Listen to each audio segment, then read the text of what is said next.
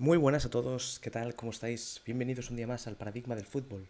Hoy traemos un nuevo vídeo en el que vamos a hablar sobre 10 tips o 10 consejos sobre cómo ser un buen entrenador, ¿vale? Pero antes de ello, me gustaría agradecer a todas esas personas que han contactado conmigo a través del correo electrónico o a través de mensajes y dándome su apoyo y felicitándome por el trabajo y por el contenido. La verdad que el que tiene que estar agradecido soy yo con vosotros por por todo el cariño que me estáis dando, por todo el apoyo, la confianza.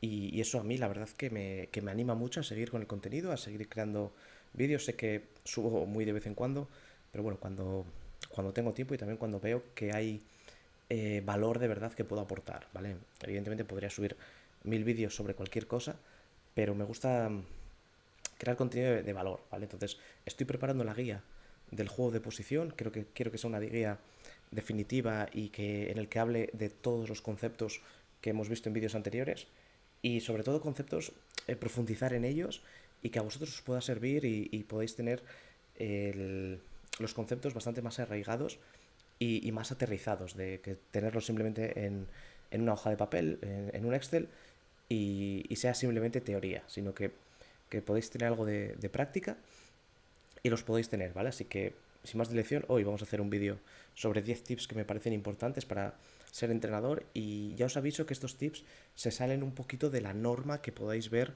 en cualquier sitio, os puedan enseñar en clases en cursos de entrenador, ¿vale? Creo que son tips que yo he sacado desde la experiencia, desde haber entrenado a muchos equipos de muchas generaciones diferentes y creo que son bastante valiosos. Así que nada, vamos a ello. El primer tip, vamos a ir de menos a más, ¿vale? Del 10 hasta el uno. Y el primer tip es usar menos material. ¿A qué me refiero con usar menos material? La idea es, evidentemente el material deportivo lo tenemos que usar, para eso está, ¿vale? Sobre todo para eligiendo bien el tipo de tarea que hacemos. Pero yo veo, y en muchas categorías y en muchos campos de fútbol, veo campos sobrecargados de material. 1000 chinos, si con 4 chinos o 5 chinos ya puedes hacer la tarea, ¿por qué vas a poner 8 o vas a poner 16? ¿Queda más bonito? Sí, pero también estás sobrecargando el campo y el espacio y eso para los jugadores es contraproducente, ¿vale? Por lo tanto, lo primero es usar menos material. Esto lo que nos va a permitir es evitar sobrecargar los espacios y que el jugador se sienta abrumado de cuánto chino, cuánta valla, cuánto aro y se centre en lo que se tiene que centrar, ¿vale? Y luego lo otro, por otra parte, el otro punto que ganamos es simplificar tareas. Si tú pones demasiados chinos, demasiados, vete aquí, luego allí, luego haz esto, haz un slalom aquí, haz un zigzag aquí, allí, el jugador se pierde, incluso en posesiones donde haya demasiados chinos, el jugador se pierde, dice, ¿dónde está mi espacio? ¿Vale? Tampoco vamos a pasar a la otra parte de ser demasiados cuotos, perdón, y no, poner 3 chinos y venga, con 3 chinos ya que el jugador se imagine el campo. No, vamos a tener que ser el optimizar los recursos y optimizar los espacios, ¿vale? También esto a colación de simplificar tareas que nos va a permitir crear tareas mucho más sencillas y sin volvernos tan locos de poniendo 1000 historias que el jugador cuando se las explica una vez tiene que volver a recordar y se lo tienes que explicar otras 10 veces para entender, porque la posta uno había que hacer no sé cuánto, pero ha visto tanto chino, tanta valla, tanto aro, que el jugador se ha vuelto loco, ¿vale? Sobre todo para evitar eso, sobrecargar los espacios. Bien, el siguiente punto es hacer las tareas más grandes. ¿A qué me refiero con esto? El tema de las tareas grandes, bueno, más que el tema de las tareas grandes es que veo mucho y muchos entrenadores pecan de hacer las tareas pequeñas por miedo a que no salga, por miedo a que el jugador corra demasiado, se canse, y es todo lo contrario. El jugador tiene que correr, que se acostumbre a correr. Y para correr necesita metros para poder correr, para poder ganar esa velocidad y esa aceleración. Si hacemos tareas pequeñas, lo que va a suceder cuando vayamos al partido es que los jugadores no pueden corregir las líneas de pase a las velocidades y en las distancias que las tienen que corregir. ¿Por qué? Porque están acostumbrados a que si con 2 pasitos que doy laterales ya corrijo una línea de pase, luego cuando llegue el partido y tenga que dar un sprint de 10 metros, no lo voy a poder dar. Voy a llegar tarde a esa línea de pase. ¿Por qué? Porque estoy acostumbrado a corregirla a trote o andando. ¿Por qué? Por entrenar en pequeño. Entonces, esto es muy importante, ¿vale? La gestión del espacio de interacción individual. que es simplemente cuántos metros cuadrados tiene cada jugador en la tarea. Si nos vamos al fútbol, nos vamos al campo, en un 11 contra 11, ¿vale? Que realmente es quitando a los dos porteros, todo el campo, un 10 contra 10, 20 jugadores, si dividimos los metros cuadrados de un campo por los jugadores que hay, nos da que cada jugador tiene que abarcar 300 metros cuadrados durante un partido. Claro, 300 metros cuadrados suena muy grande, cada jugador. Ya, pero es que es lo que tiene que abarcar un jugador durante un partido de fútbol, ¿vale? Por lo tanto, nosotros nos tenemos que adaptar a esas dimensiones que va a tener que recorrer el jugador en la competición. Por lo tanto, tenemos que saber gestionar el espacio de interacción individual dentro de las tareas. ¿Cómo se hace eso?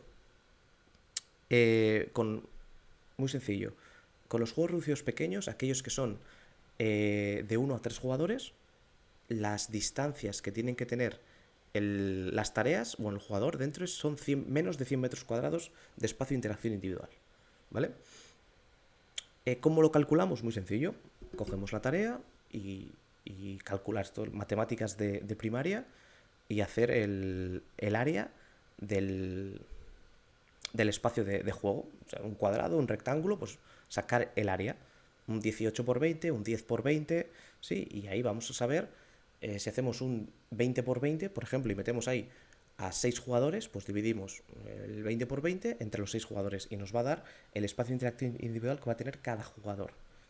¿Vale? Por lo tanto, es adaptarnos. Si metemos 3 jugadores por equipo, un 3 contra 3, pues vamos a los metros de interacción individual. Tiene que tener menos de 100 metros cuadrados. Menos de 100 es máximo 100. Cuanto más cerca del 100, mejor. ¿Vale? O sea, no vale con 10 metros cuadrados para cada jugador. Os vais a dar cuenta que cuantos menos metros cuadrados de interacción, menos metros va a correr el jugador, más pequeña va a ser la tarea, y os vais a dar cuenta que la tarea no va a salir. O sea, no va a salir no por que no sea buena la tarea, sino es que no va a salir porque no hay espacio para que el jugador corra, para que corra el balón, para que haya pases en profundidad. Va a ser todo muy al pie, muy encerrado, muy todo el mundo apelotonado en mismos espacios, y ahí os vais a dar cuenta de que así no se puede jugar al fútbol, ¿vale? Para los juegos reducidos medianos, pues lo mismo. Entre 4 y 6 jugadores, ¿vale? Y entre 100 y 200 metros cuadrados por jugador, ¿vale? Y los juegos reducidos grandes, pues más 7 o más jugadores con espacios de interacción individual de más de 200 metros. Aquí me vais a preguntar, es que yo entreno en un cuarto de campo, es que yo entreno en medio campo, no voy a tener esos espacios. Se pueden conseguir. Si hacéis tareas de 3 para 3, de 4 para 4, en medio campo se pueden conseguir llegar a estos metros, incluso a más. ¿Vale? Entonces, es simplemente que lo calculéis, que hagáis las tareas, que cojáis los espacios y los dividáis. ¿Vale? Que utilicéis la fórmula de cómo se hace el área de un cuadrado, el área de un rectángulo, y de ahí saquéis el espacio de interacción individual, ¿vale? Siguiente tip, usar órdenes claras y concisas. ¿A qué me refiero con esto? Que cuando hablamos, que cuando damos órdenes a un jugador, damos exceso de información. Cuando tú le das una orden a un jugador, tiene que ser clara. Corre, salta, disputa, repliega, presiona. ¿Sí? O sea, tienen que ser palabras, pero que con esas palabras abarquemos mucho. No puede ser simplemente, venga, corre, y ya está. Y te digo que corras. Tiene que haber un mensaje intrínseco dentro de esa palabra o de esa orden. ¿Vale? La orden, la que vosotros queráis. Ahí es donde ya vosotros tenéis que utilizar vuestro propio lenguaje. Quizás para mí salta significa una cosa, para ti salta significa otra. Lo que tenemos que hacer es cada uno manejar nuestro propio lenguaje, nuestro propio vocabulario, y enseñárselo al jugador. Y que el jugador aprenda a hablar como nosotros queramos, o como el fútbol que nosotros queremos enseñar.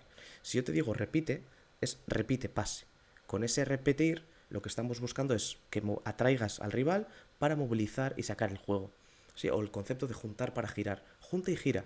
¿Qué le estamos diciendo al jugador? Que conduzca, que fije a un rival, que fije o bien al rival o bien un intervalo, y después gire juego.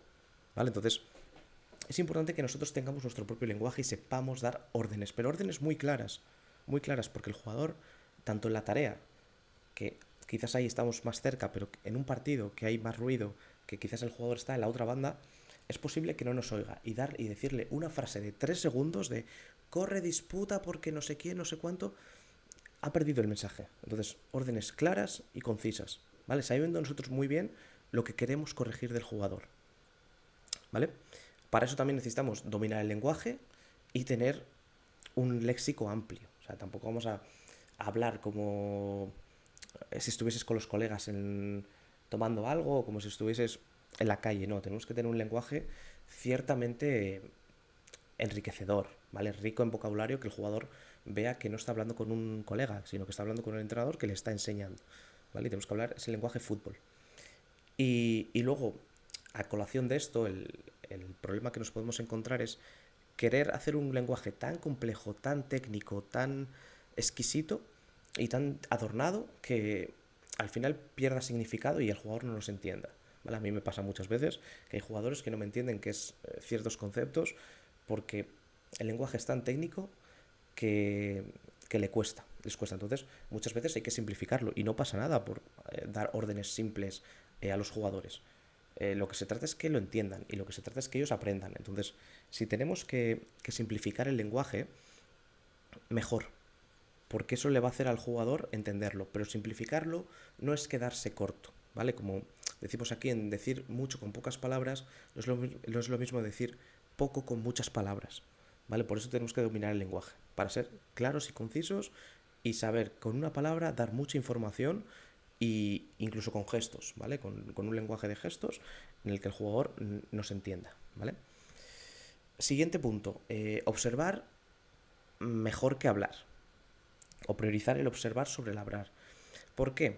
Porque muchas veces me encuentro con entrenadores que hablan demasiado, que retransmiten el partido, que parece que son locutores de radio en vez de entrenadores. Nosotros como entrenadores no podemos estar todo el rato dando información, todo el rato hablando, todo el rato corrigiendo, todo el rato encima del jugador. Y me vais a decir, ya, pero es que un entrenador mudo no le da intensidad al equipo, no transmite esa intensidad a los jugadores. Ya, pero tampoco un entrenador que está todo el rato hablando le está generando valor a los jugadores. Porque todo lo que hables es todo lo que no ves.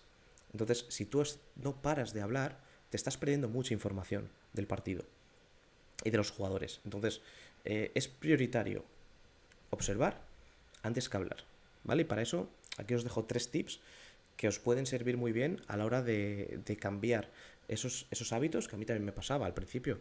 Eh, Trataba a los jugadores como si estuviese jugando a la Play.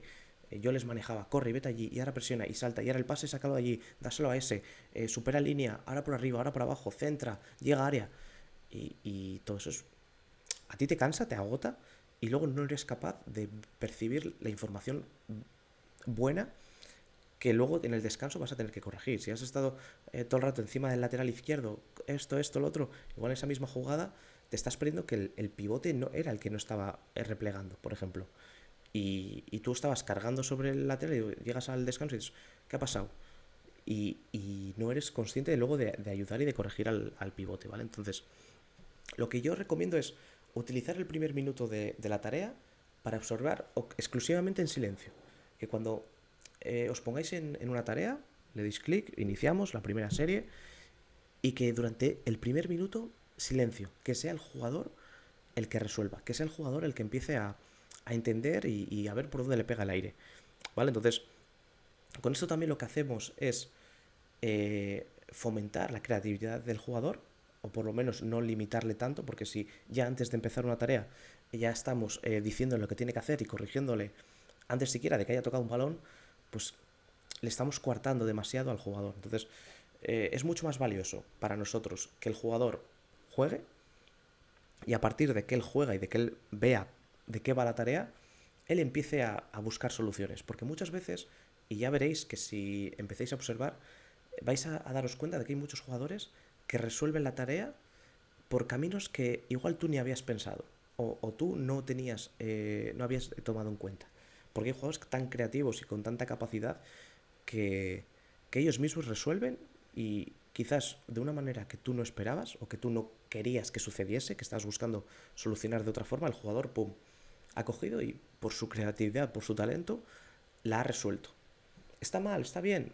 No está mal. Entonces, tenemos que dejar al jugador que sea creativo y que él también resuelva por sí mismo, porque si se lo damos todo hecho, además de ya de que estamos en una sociedad un poquito de cristal, donde los niños ya vienen con todo hecho, donde nada les cuesta esfuerzo, si nosotros también les metemos tareas en las que a ellos no les cuesten, porque claro, como ya se las damos todas, ya se las hemos explicado y ya les hemos dicho todo lo que tienen que hacer, y que mientras están haciendo ya, nosotros estamos desde atrás diciéndoles lo que tienen que hacer y cómo lo tienen que hacer, pues al final el jugador se acomoda y no resuelve. Y luego vas al partido donde tiene un contexto diferente y no es capaz de resolver, ¿vale? Por lo tanto, tomaros ese primer minuto para observar y a partir de ahí, si veis que es una debacle, que dices, joder, es que en un minuto y es que esto no sale ni vamos, ni el jugador no se está enterando de nada, ¿vale? Pues ahí podemos empezar a corregir, pero sobre todo con tareas nuevas, si es la primera vez que lo hacen, tener paciencia y dejarles que ese minuto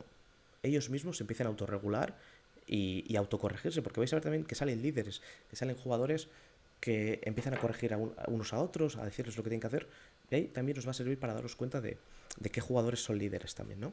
Después, no hacer dos correcciones seguidas al mismo jugador, eso les puede cargar y a vosotros os puede hacer perder el foco de la globalidad. Si os centréis en un jugador y le hacéis dos correcciones seguidas, rápido parar, pensar y buscar otro, porque si no, ahí os vais a dar cuenta de que estáis todo el rato centrados en lo mismo. Y es bueno que cambies, a menos que sea una tarea muy, muy concreta, donde queráis que, por ejemplo, los pivotes, cada vez que reciban a espaldas de segunda línea de presión, de primera línea de presión, giren juego, es decir, reciban libres y rápidos, estén orientados para atacar la siguiente línea, a menos que sean ese tipo de comportamientos tan concretos, no corrijáis todo el rato al mismo jugador porque os vais a dar cuenta que estáis perdiendo mucha información, ¿vale? Y al jugador le vais a quemar, ¿vale? Y luego en los partidos, también os recomiendo no hacer correcciones antes del minuto 5. Y lo mismo, a menos que el minuto 3 os hayan hecho un gol de córner y tengáis que corregir, por lo general esperar 5 minutos, 5 o 10, y sobre todo cuando apliquéis esto os vais a dar cuenta de que cuanto más pase el tiempo, si sois capaces de aguantar el silencio y seguir observando, mejor. Mejor, porque vais a ver cómo el jugador empieza a tener autonomía. Donde en los primeros minutos el jugador, él solo, va a ser capaz de meterse en el partido, va a ser capaz de llevar el ritmo del partido y de entrar, ¿no? Entonces, si el jugador necesita de nuestra voz para entrar en el partido, es malo. Es malo. Y eso es culpa vuestra por acostumbrar al jugador. Eso que se dice, no, es que el jugador no ha salido intenso, tal. Quizás es porque el entrenador, desde el minuto uno, tanto en tareas como en partidos, está siempre ahí.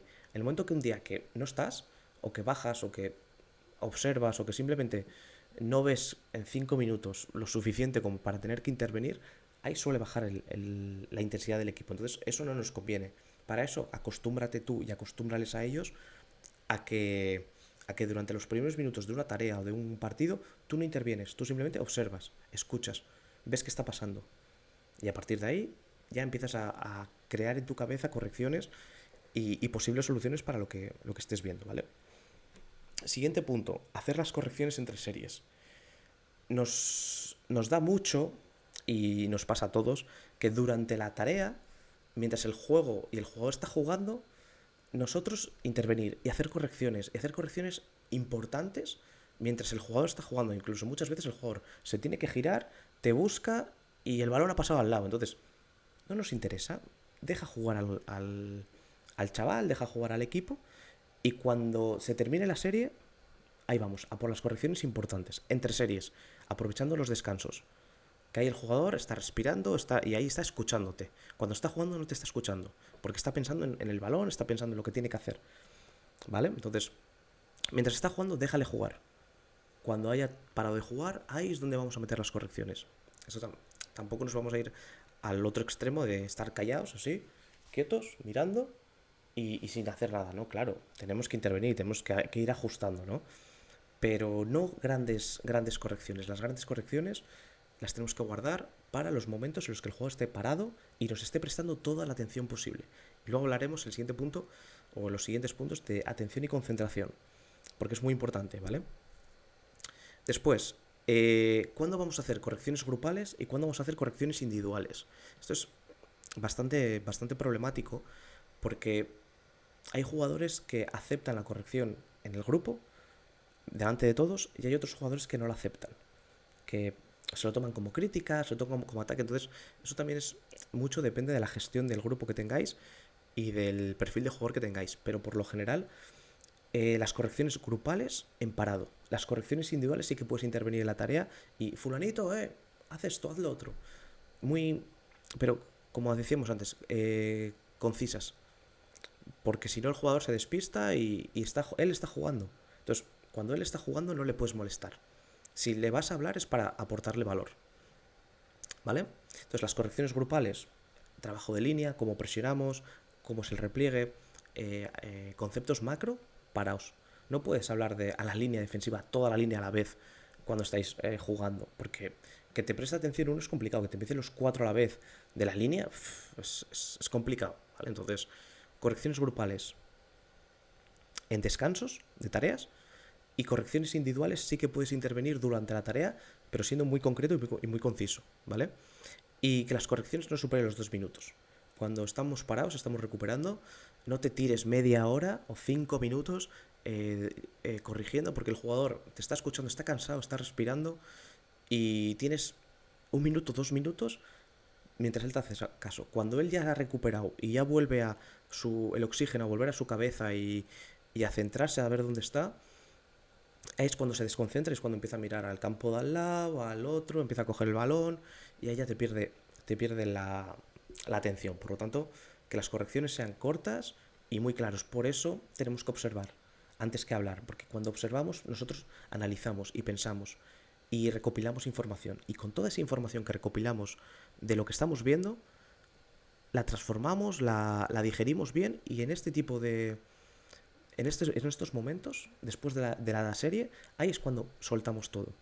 Y ahí es donde el jugador va a estar receptivo y donde nos va a poder entender y aceptar la corrección, ¿vale? Quinto, esto me parece también muy importante, poner el foco en aspectos defensivos. No se suele hacer, solo se suele hacer cuando la semana lleva a trabajar la fase defensiva, pero el resto de días, el resto de microciclos no se suele hacer. Eh, ¿Por qué? Porque es más difícil de ver, ¿vale? Entonces, lo normal que los ojos se nos vayan al balón y al jugador que ataca. Pero, si somos capaces de poner el foco en los aspectos defensivos, vamos a ver cómo va a mejorar automáticamente la fase ofensiva del equipo. ¿Por qué? Porque cuanto más exigente sea el equipo a nivel defensivo, más le va a exigir al que ataca hacerlo bien. Porque cuanto mejor te defiendan, mejor vas a tener que atacar tú. Entonces eso nos va a servir como, como mejora indirecta para el ataque. Por lo tanto, si nosotros somos capaces de corregir a nivel defensivo, coberturas, distancias de relación, acosos, momentos de presión, jugadores lejanos, equilibrios defensivos, si somos capaces de ver todas esas cosas en la tarea, automáticamente va a mejorar el ataque. Y si no mejora, vamos a ser conscientes y ver dónde no está mejorando para poder corregir sobre el ataque. Pero cuanto más mejoremos la defensa, automáticamente el ataque va a mejorar. Es así, ¿vale? Por lo tanto, nosotros tenemos que observar a los jugadores que no tienen el balón. Esto es lo verdaderamente difícil. Ver los jugadores que se mueven en torno al balón, porque nuestros ojos automáticamente van al balón. Entonces, tenemos que ser capaces de sacar la vista del balón y empezar a mirar lo que pasa alrededor, ¿vale? Aunque nos perdamos lo que sucede con el balón, ¿vale? No me importa ver cómo un jugador ha perdido la pelota, lo que me importa es que la ha perdido. ¿Qué está pasando con los de atrás? ¿Qué está pasando con los jugadores lejanos? ¿Están equilibrados? ¿Han estado preparados para ese momento de pérdida? ¿O estaban mirando el balón como tú y les pilla la contra? Ese tipo de cosas son tips que vamos a ir cogiendo con la experiencia, ¿vale? Estar pendientes de zonas lejanas, incluso en microciclos de ataque, ¿vale? Lo que decíamos. Tip número 4. Priorizar el ritmo sobre la corrección. Esto va a colación con todos los tips anteriores porque a nosotros lo que nos interesa como entrenadores en las tareas es, y esto es un dilema, ¿qué me interesa? ¿Que el jugador adquiera la tarea o el concepto de la tarea o que tenga ritmo de juego? Esto es en momento de la temporada, con la experiencia lo vais a ir viendo. Cuando me interesa, hoy me interesa más que la tarea tenga ritmo, que el entrenamiento tenga ritmo, hoy me interesa frenar más y que adquiera los conceptos. Es ir jugando, ¿vale? Pero si tenemos que empezar, priorizar el ritmo. ¿Por qué? Porque cuando corregimos lo paramos. Cuando corregimos, hey, quietos, esto, lo otro, tal. Si no somos muy concisos y se nos va, porque se nos va, empiezas a corregir a uno, luego al otro, tal, y al final lo que esperabas que fuesen 10 segundos se te han convertido en 2 minutos. 2 minutos que el jugador se ha quedado frío. Hemos perdido el ritmo de la tarea. Entonces, es mucho más importante que haya ritmo en la tarea, aunque salga mal, aunque el jugador no esté entendiendo lo que está pasando. Ya corregiremos después, ¿vale? Ya corregiremos en esos momentos de descanso, como hemos dicho antes. Pero que el jugador haga. El mejor entrenamiento que puedes hacer es el que haces. Aunque salga mal, aunque no te estés enterando de nada, aunque no se estén aplicando los conceptos, aunque el jugador no esté resolviendo como tú esperas. Da igual, ya lo corregirás después, ya lo corregiremos en la siguiente serie.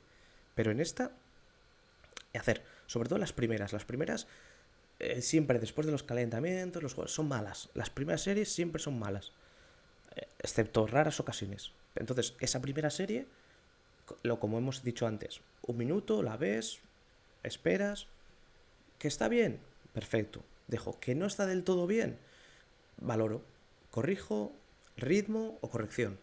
¿Está saliendo nefasta? Pues igual no me interesa seguir jugando a ese ritmo porque es un desastre. Entonces, paro y corrijo y volvemos a empezar. Pero si no, pero si no, priorizar el ritmo antes de la corrección, porque ya corregiremos después, ¿vale? Y luego el aliento del entrenador.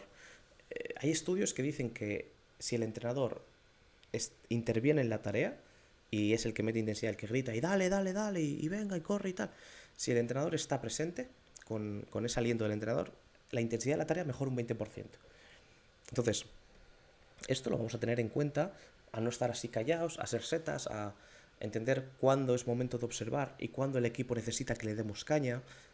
Ese tipo de cosas las iréis viendo a medida que adquiráis experiencia, ¿vale?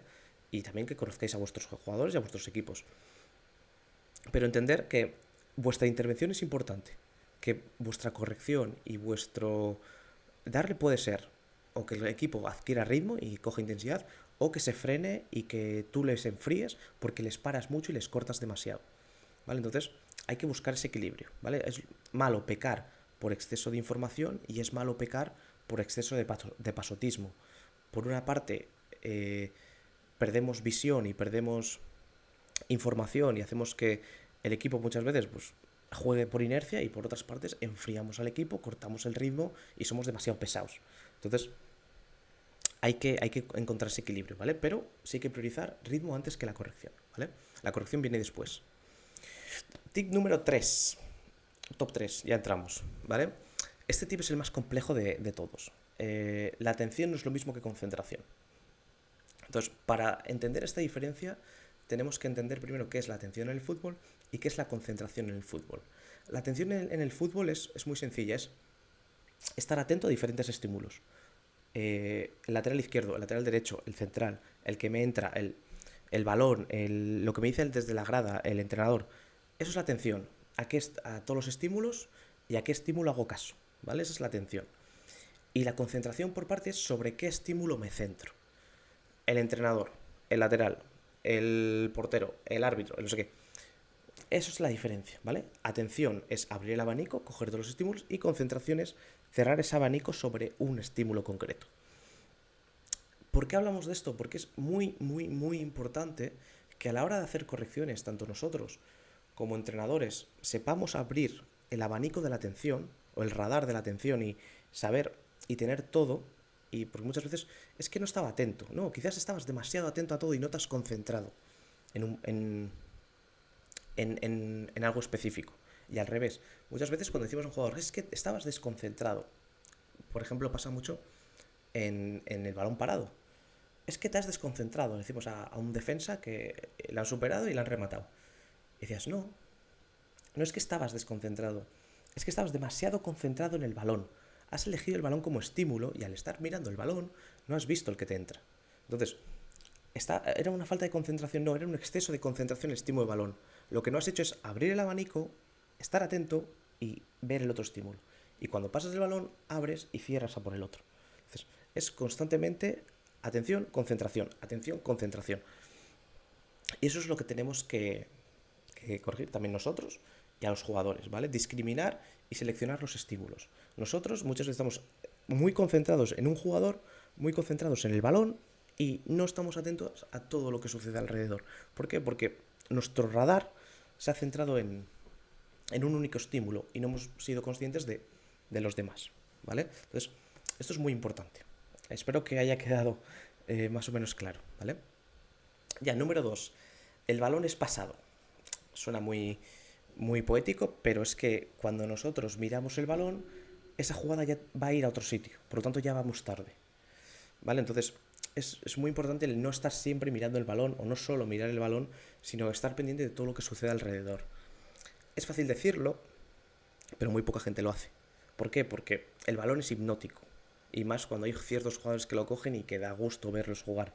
Pero tenemos que tener la capacidad de ampliar nuestras visiones, o sea, ampliar nuestra visión y, y ver todo lo que sucede alrededor, sobre todo lejos del balón, porque ahí es donde va a estar el peligro. El que tiene el balón, ya sabemos que ahí está todo concentrado, pero los espacios se generan en otras zonas. Entonces, esos son los espacios importantes.